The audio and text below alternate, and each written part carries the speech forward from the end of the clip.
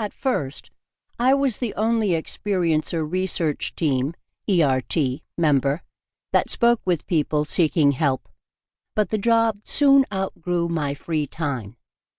Over the next several years, I expanded MUFON's abduction research team and altered its title to Experiencer Research Team, because not all contact events are abductions. The ERT now has 18 supportive members who engage in non-judgmental listening with individuals that have completed the Experiencer questionnaire on MUFON's website. Most experiencers would agree that the simple act of discussing their troubling suspicions and doubts, confidentially and without criticism, has offered both comfort and a sense of liberation to them. MUFON's ERT performs much like a triage team to assist experiencers in identifying their personal needs. Team members maintain a list of vetted licensed professional therapists, certified hypnotists with specialized training, and self-help support groups specifically for experiencers who wish to enter into a private relationship with a therapist or support person beyond the scope of what MUFON offers. I am grateful to Dr. George Medic, the ERT's assistant director, for his administration of the day-to-day operations, while I work to educate the public and assist experiencers through my books, media appearances, presentations, and hypnosis sessions. MUFON does not recommend, refer, or endorse any individual or organization on the ERT's list. We encourage experiencers to undertake due diligence with each individual on our list, acknowledging that risks are inherent in using any support provider.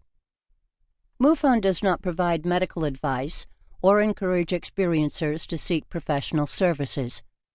Under no circumstances will MUFON be liable for any damages to the user of the directory, either direct, indirect, incidental, special, punitive, or consequential that result in any way from an experiencer's use of or inability to use MUFON's informational list.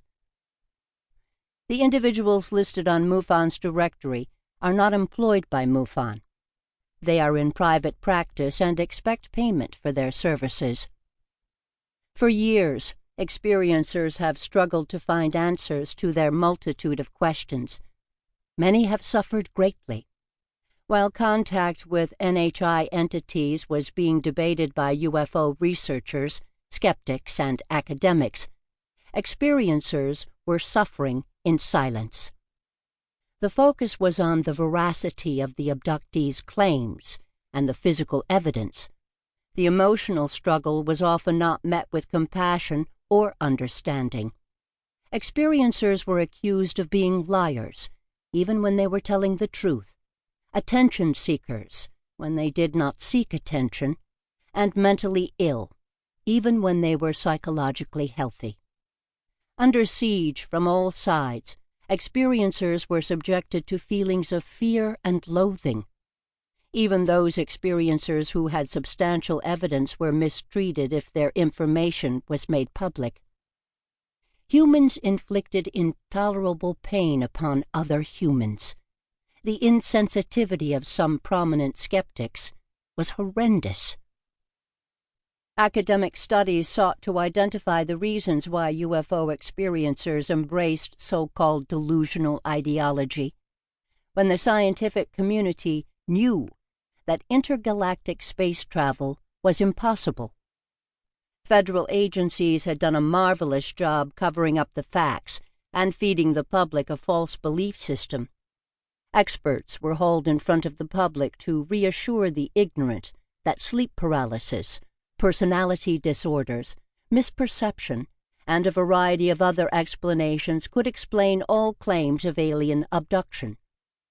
They failed to mention that these common explanations did not pertain to most experiencers.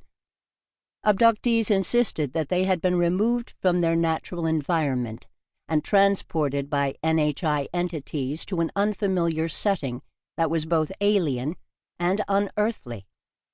Many had conscious recall of observing silent, hovering craft.